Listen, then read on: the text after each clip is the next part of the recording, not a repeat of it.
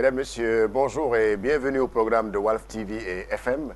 Votre émission, le débat du jour, revient aujourd'hui sur le 15e sommet de la francophonie tenu à Dakar les 29 et 30 novembre dernier.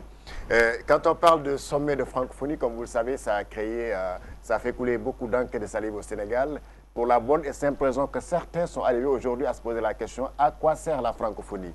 À quoi sert la francophonie? Certains assimilent même cette organisation à la continuité du colonialisme, raison pour laquelle ils avaient tenu à organiser un contre-sommet parallèlement au sommet qui se tenait à Diamniadio. Et c'est la raison pour laquelle nous avons invité aujourd'hui M. Daouda Gueye, qui est membre de ce comité scientifique et comité exécutif contre le sommet, le Front contre le sommet, qui est donc dirigé par Malik Noël Sek, professeur Malik Noël, commissaire Keita. M. Gueye, bonjour. Bonjour, Sorce. Mais également sur le plateau, nous avons invité M. Diamef Diouf, qui est un des conseillers techniques du président de la République. M. Diouf, bonjour. Bonjour, on est Georges Nestan. Alors, M. Diouf, je commence d'abord par vous. Beaucoup de Sénégalais aujourd'hui se posent la question suivante, à quoi sert la francophonie? Alors, si aujourd'hui vous deviez répondre à cette question, ou pour l'expliquer davantage aux Sénégalais, pas seulement aux Sénégalais, mais certains Africains, ou bien certains, en tout cas, usagers, pour ne pas dire locuteurs de la langue française. Merci Georges, je vous remercie pour l'invitation. Je salue également vos téléspectateurs, je salue mon co-débatteur Daouda Gueye. La francophonie, certains se posent la question à quoi sert la francophonie, et je sais qu'au même moment, ils voient les actes de la francophonie. C'est peut-être qu'ils n'ont pas compris que c'est la francophonie qui est à l'origine de ce qu'ils voient.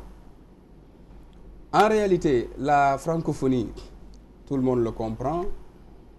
Au départ, c'était une rencontre basée sur la langue française, en tout cas qui avait comme objectif de promouvoir la langue française. Et la culture française. Et la culture française et la coopération technique. C'est ça, en fait, l'objectif au départ. Au départ, il ne s'appelait même pas francophonie. C'était l'agence de coopération culturelle et technique, ACCT. Il s'appelait comme ça. Ça, c'est depuis 1970. En 1998, l'organisation a changé de nom pour devenir Agence intergouvernementale de la francophonie. C'est seulement en 2005 que l'organisation porte le nom de OIF. Et donc, compte tenu de cette évolution, on comprend aisément que le fond, le contenu donc de la francophonie également a évolué. Donc le contenu a évolué de la promotion de la culture vers aujourd'hui le développement, les échanges économiques. Et c'est ça surtout qui a fait que le sommet de Dakar a été un tournant dans la vie de l'Organisation internationale de la francophonie. En quoi est-ce qu'il est devenu un tournant? Ou bien qu'il a été un tournant? L'organisation a été un tournant parce que du point de vue de la mobilisation, ce que nous avons eu comme représentation, ça n'a jamais existé au cours d'un sommet. Ou en tout cas, si ça a existé, ça date de très loin. Du point de vue de la représentation, la quantité. Du point de vue de la qualité de ceux qui ont représenté les pays. Nous avions eu 28 chefs d'État, 2 vice-présidents et 8 chefs de gouvernement. Ça fait un total de 38 hautes représentations. Ça, quand même, c'est quelque chose. Deuxième élément, du point de vue des textes qui ont été adoptés et du point de vue des discours. Le sommet de Dakar a été un sommet où véritablement on a senti la liberté de ton, la liberté d'expression. Chaque chef d'État a dit ce qu'il pensait et comme il l'entendait.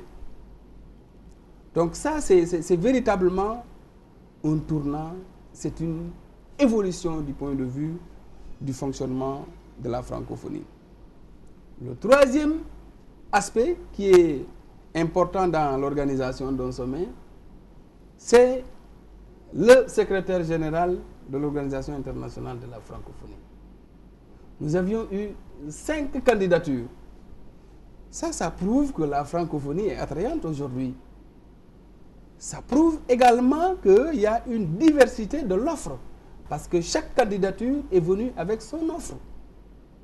Ce qui montre qu'en définitive, contrairement à ce que certains pensent, la francophonie aujourd'hui est dans une dynamique progression, est dans une dynamique d'évolution, est dans une dynamique de coopération fructueuse et d'échange.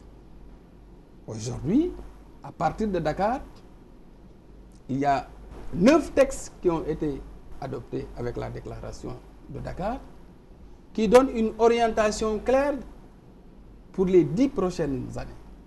Et ça, j'estime que véritablement, c'est des moments très forts dans la vie de ce 15e sommet de la francophonie, qui ont permis à tout le monde, en tout cas, d'apprécier positivement ce 15e sommet de la francophonie. Abdou Diouf l'a dit, c'est un sommet pas comme les autres. Et ça, c'est la vérité. Quand on voit comment l'organisation a été faite et comment le sommet s'est déroulé ici à Dakar. François Hollande l'a dit, l'organisation a été réussie du début à la fin. Alors, si les participants, les chefs d'État l'ont reconnu, je pense que donc ça veut dire que c'est la vérité. Merci, M. Diouf. M. Daouda Gueye, alors vous vouliez tenir un contre-sommet malgré tout ce que vient d'expliquer M. Diouf. Alors, votre contre-sommet tourne autour de quoi? En fait, notre front n'est pas dirigé contre la langue française. Il faut que ça soit très clair dès le départ. Mais vous assimilez la francophonie, par exemple, contre au colonialisme. La France. Mais c'est plutôt notre rapport à la langue française, notre rapport à la France que nous voulons questionner et redéfinir. Parce que nous pensons que la francophonie est l'ersatz du colonialisme. Autrement dit, on est passé du colonialisme à la France-Afrique et de la France-Afrique à la francophonie. C'est l'habillage qui a changé, mais en fait, ce qu'il y a au-dessous de cet habillage est le même. Il s'agit d'une volonté néocolonialiste au fin de maintenir les rapports de colonisateurs entre la France et nous. Parce que la langue n'est pas seulement un instrument de communication. La langue, c'est également un élément de la culture, mieux ou pire pour nous. La langue est le support et le véhicule de la culture. Autrement dit, le canal par lequel une société transmet à ses enfants et aux enfants d'autres sociétés les éléments de la culture. Ce qui, en notre sens, signifie que le rapport que nous avons entre la langue française depuis la colonisation, en nous imposant cette langue depuis 1807, où on a construit la première école française à Saint-Louis, on nous a imposé une culture. Et Georges, ne vous y trompez pas. Qui vous impose sa langue, vous impose sa culture. Et qui te domine culturellement, te domine politiquement, mais également économiquement. Et c'est là où nous en sommes avec cette francophonie. Mais vous savez que l'organisation en tant que telle, l'OIF, ce n'est qu'un prétexte, parce que comme vous le savez, hein, il y a beaucoup de colloques, de séminaires et autres qui visent le bien-être même des usagers, des locuteurs de la langue française. Avec toutes les évolutions, comme il a dit tout à l'heure, que la francophonie a connues, de l'ACCT hein, à la francophonie, à l'OIF, en passant par l'organisation intergouvernementale des pays francophones, quel est aujourd'hui le bilan positif que l'on peut tirer de cette longue expérience? Tout à l'heure, il a parlé de quoi? En me disant que oui, voyez que ceux qui ne savent pas ce qu'est la francophonie, tous les jours, ils voient les fruits de la francophonie sans les reconnaître. Moi, je regarde, je ne vois rien. Il me parle tout à l'heure de livres, hein, de matériel didactique, mais également de documents, mais également la formation. Mais tout cela est en vue de vulgariser, d'implanter davantage la langue française. Et derrière, il y a quoi? Derrière, il y a en fait une soumission à cet impératif de la géoéconomie qui s'est substitué n'est-ce pas, donc, dans une certaine mesure à la géopolitique, parce que dans le rapport que Jacques Attali a transmis au président français, qu'il a commandité sur la francophonie, il dit clairement que, avec l'émergence des économies nouvelles telles que la Chine, telles que l'Inde et le Brésil et autres pays, les BRICS, etc., qui aujourd'hui ont jeté le dévolu sur l'Afrique, les Français, pour contourner cela, peuvent inverser la tendance en faisant comprendre aux Chinois et aux Japonais que la meilleure façon d'aller en Afrique, c'est de passer par la France. Parce que c'est en français que l'on peut le mieux commercer et investir en Afrique. Mais pour ce faire, il leur faut, à travers ces accords de coopération qui ont pour dessous la volonté, n'est-ce pas donc, de répandre l'utilisation de la langue française, de pouvoir, n'est-ce pas, par ricochet, permettre à leur entreprise d'avoir une pénétration dans les pays francophones africains. Dans le même rapport, Jacques Attali écrit noir sur blanc qu'il existe bien une corrélation entre le taux de pénétration de la langue française dans un pays et la part des exportations françaises dans ce pays.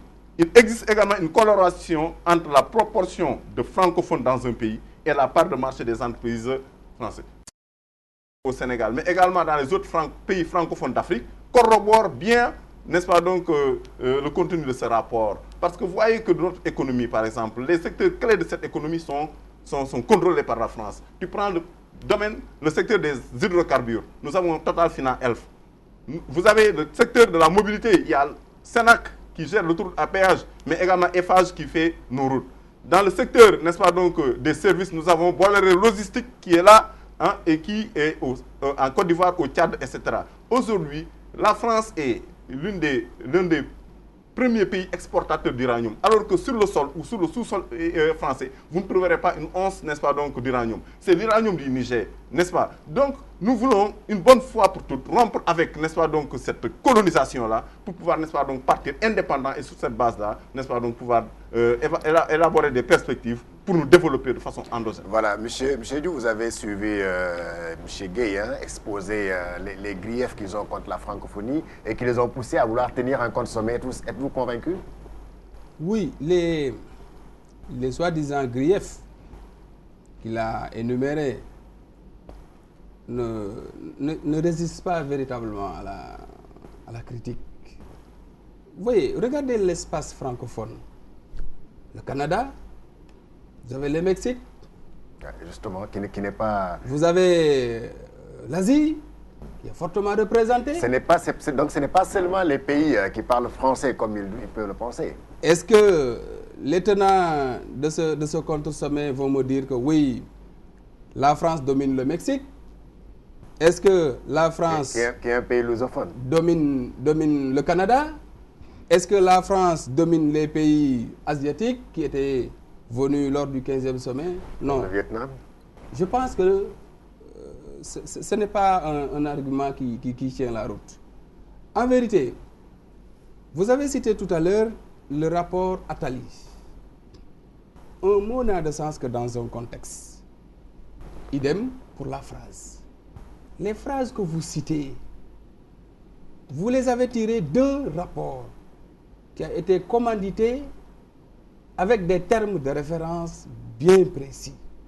Comment la France peut-elle faire pour percer le marché mondial, y compris le marché africain? C'est la même chose. Donc, c'est une stratégie mondiale et non une stratégie francophone ou une stratégie qui est destinée à aller seulement en Afrique. Il faut aussi que les choses soient très claires. Maintenant, dans ce rapport-là, évidemment, l'auteur a... Maintenant, de là à dire, oui, la francophonie égale colonisation, oui, je suis d'accord sur le questionnement dont il a parlé. Nous devons interroger nos rapports avec la France. Mais pas seulement la France. Parce que la France n'est pas la francophonie.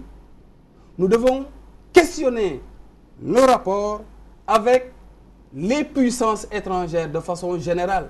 Nous devons questionner les rapports entre nous, États africains. Ce questionnement-là, s'ils avaient porté le questionnement un peu plus haut, tout le monde allait être d'accord.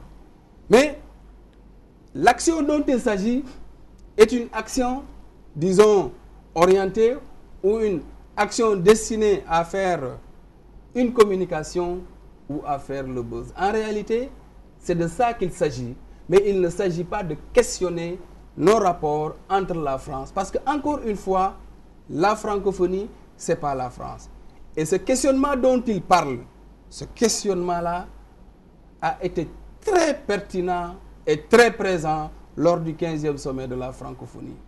Le 15e sommet de la francophonie où les chefs d'État sont venus dire ce qu'ils pensaient de nos rapports entre membres francophones.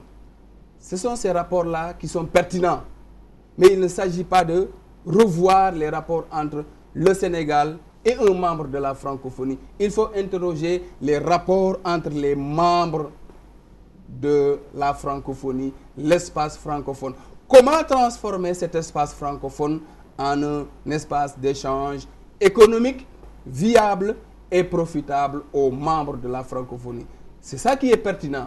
Mais vouloir faire de ce sommet-là un espace pour se montrer, pour se faire voir, je pense qu'il y a plus pertinent que ça. Voilà, M. Gueye, vous l'avez entendu, il y a plus pertinent que ça, plus pertinent que les arguments qu'on va les développer. Ce qu'il dit s'applique principalement à eux, parce que c'est eux qui sont là à plastronner en disant que oui, nous avons tenu le meilleur sommet que la francophonie ait connu depuis son existence, tout était beau, tout était OK, parce que le président Abdou Diouf a dit que c'est le meilleur sommet, parce que Hollande a dit que ce sommet est une réussite, etc. Mais c'est eux qui ont voulu, n'est-ce pas, donc se servir de cette tribune-là pour se faire voir. Parce que nous avons d'autres choses à faire. Nous avons d'autres problèmes sur lesquels nous pensons. Mais c'est parce que tout simplement, il y a à la base de tous nos problèmes, en notre sens, entre autres, il y a, n'est-ce pas, donc, des organisations telles que la francophonie. Parce que tout simplement, ces organisations-là, voyez la francophonie, quels sont les objectifs qui lui étaient assignés au départ?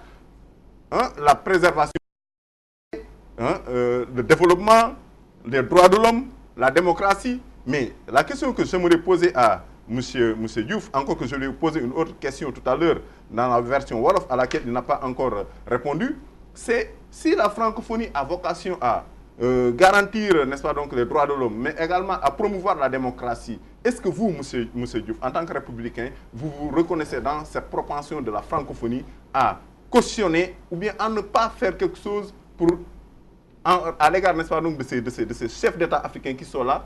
Ce sommet de la francophonie de Dakar devait être le sommet de Blaise Compaoré. Hollande lui-même, dans une missive, a émis le vœu de voir Blaise Compaoré succéder à Diouf à la tête de cette francophonie. Blaise Compaoré, tout le monde sait les conditions dans lesquelles il est arrivé au pouvoir. Et il est resté au pouvoir pendant 27 ans. 27 ans, et n'eût été, n'est-ce pas, donc, le soulèvement de nos frères burkinabés, que je félicite au passage, il allait, n'est-ce pas, donc, être la star de ce sommet de la francophonie. Tout cela sous la bénédiction, ou bien en tout cas avec la complicité, n'est-ce pas, donc, de cette francophonie-là. Paul Biya est là au pouvoir depuis 34 ans. Obiang Nguema est là depuis une trentaine d'années. Oui, mais d'autres encore. Et là, on revient nous dire que oui, il ne faut pas que l'on reste au pouvoir au-delà de 2 ans. Il ne suffit pas de le dire. Je pense que moi, je m'attendais à voir dans le bilan de la... a condamné cette propension des chefs d'État à s'éterniser au pouvoir. Attendez, ça c'est officiel. Mais de façon officieuse, nous savons ce que... Parce que la francophonie n'est rien d'autre que le prolongement sous une autre forme, pour se faire plus accepter, n'est-ce pas, donc, de la France-Afrique. Et nous savons tout le mal que la France-Afrique a fait, n'est-ce pas, donc, à l'Afrique à travers les réseaux gaullistes, ensuite néo-gaullistes, le réseau Pasqua, le réseau Mitterrand et ensuite, n'est-ce pas, aujourd'hui le réseau Hollande. C'est la même histoire enrobée maintenant avec, n'est-ce pas, donc, un emballage qui fait que nous voyons un coup du feu. Mais nous avons compris. Eux, ils ont compris. Je vois que M. Diouf, d'ailleurs, n'est pas à l'aise. Maintenant, là, il est dans son rôle. Mais il est clair que cette francophonie-là n'est pas au service de l'Afrique. Les questions que l'on devrait se poser, c'est les suivantes. Qu'est-ce que la francophonie? Maintenant, au-delà de toute définition politiquement correcte, à quoi sert la francophonie? À qui sert la francophonie? À quoi sert la francophonie? En tout cas, si cette question est analysée sous l'angle des États africains francophones, nous disons à rien. À absolument rien. À qui? Peut-être à la France qui, par le fait d'implanter sa langue, donne une ouverture à ces entreprises qui viennent, n'est-ce pas, donc, occuper les secteurs névralgiques, n'est-ce pas, donc, des économies des pays africains. Vous dites que le Mexique, oui, mais d'accord, nous, ce n'est pas le Mexique et les autres pays qui ne sont pas francophones qui nous intéressent. Peut-être que nous pourrons faire une réflexion par rapport aux réelles motivations qui les portent dans cette francophonie. Mais nous, ce qui nous intéresse, c'est nous, l'Afrique. Regardez la géopolitique africaine actuelle, quoi. Les pays les plus arriérés, ce sont les pays, les États francophones. Les pays qui émergent et qu'on cite parmi les pays, n'est-ce pas, donc, qui émergent, c'est l'Afrique du Sud, c'est le Nigeria, c'est le Ghana, mais vous n'entendrez dans cette liste aucun pays africain francophone. Monsieur Diouf, la francophonie, c'est une supercherie. Et ça, ils le savent. Voilà. Et que c'est le colonialisme qui continue, parce que c'est le même type de rapport, parce que tout simplement, c'est un truchement par lequel la France parvient à donner une ouverture à ses entreprises et à permettre à la France... Monsieur Diouf, ils assimilent même, les tenants du compte sommet assimilent même la francophonie à de la supercherie. Vous savez, moi, je suis très à l'aise de dire ce que je suis en train de dire, parce que je maîtrise ce que je suis en train de dire. Vous savez, moi, quand j'écoute quelqu'un, j'essaie de voir est-ce que dans son raisonnement, véritablement, il est cohérent. Quand on me dit les autres pays de l'espace francophone ne nous intéressent pas, ce sont les pays africains qui nous intéressent, j'en déduis simplement que c'est un discours subjectif et non un discours basé sur les principes. Si c'est un discours qui est basé sur le principe, ça doit être un discours qui s'intéresse à tout, qui s'intéresse à tous les membres de l'espace francophone et non à une partie de l'espace francophone. Et pour corroborer ce qu'il est en train de dire, qui est un discours subjectif, il l'a dit, ce sommet devrait être le sommet de Blaise Compaoré. Mais en quoi ce sommet devrait-il être le sommet de Blaise Compaoré? Combien de pays ont été représentés? Tous ces pays-là vont laisser leurs problèmes, vont laisser leurs préoccupations pour parler de Blaise Compaoré? Non, il faut arrêter. Ce sommet-là, c'est le sommet de la francophonie qui a été représenté par 38 chefs d'État et de gouvernement. Donc, on ne peut pas axer le sommet de la francophonie sur une seule personne. Ça, c'est un. Deuxièmement, il a dit parler de la paix. Mais parlant de la paix, il a salué l'action de nos frères burkinabés. Mais les frères burkinabés sont descendus sur le terrain. Ils ont agi comme ils devaient agir. Par la suite, qu'est-ce qui s'est passé? La révolution a été prise en charge par tous les acteurs. Des échanges, des discussions ont été menées et on a amorcé une transition dans la paix. Sortir la francophonie de ce qui s'est passé au Burkina Faso? Je dis non. Il a parlé tout à l'heure de leur contre-sommet qui a été interdit. Il me posait la question, est-ce que je partage? Je suis républicain, mais je ne partage pas l'alter-égoïsme. L'alter-égoïsme, ça veut dire quoi? Ça veut dire simplement, un sommet est en train de se préparer. Il faut en profiter pour se faire voir.